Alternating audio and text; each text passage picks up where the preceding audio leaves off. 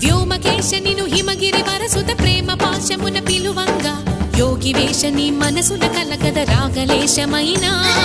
హే మహేశని భయద పదాహతి దైత్య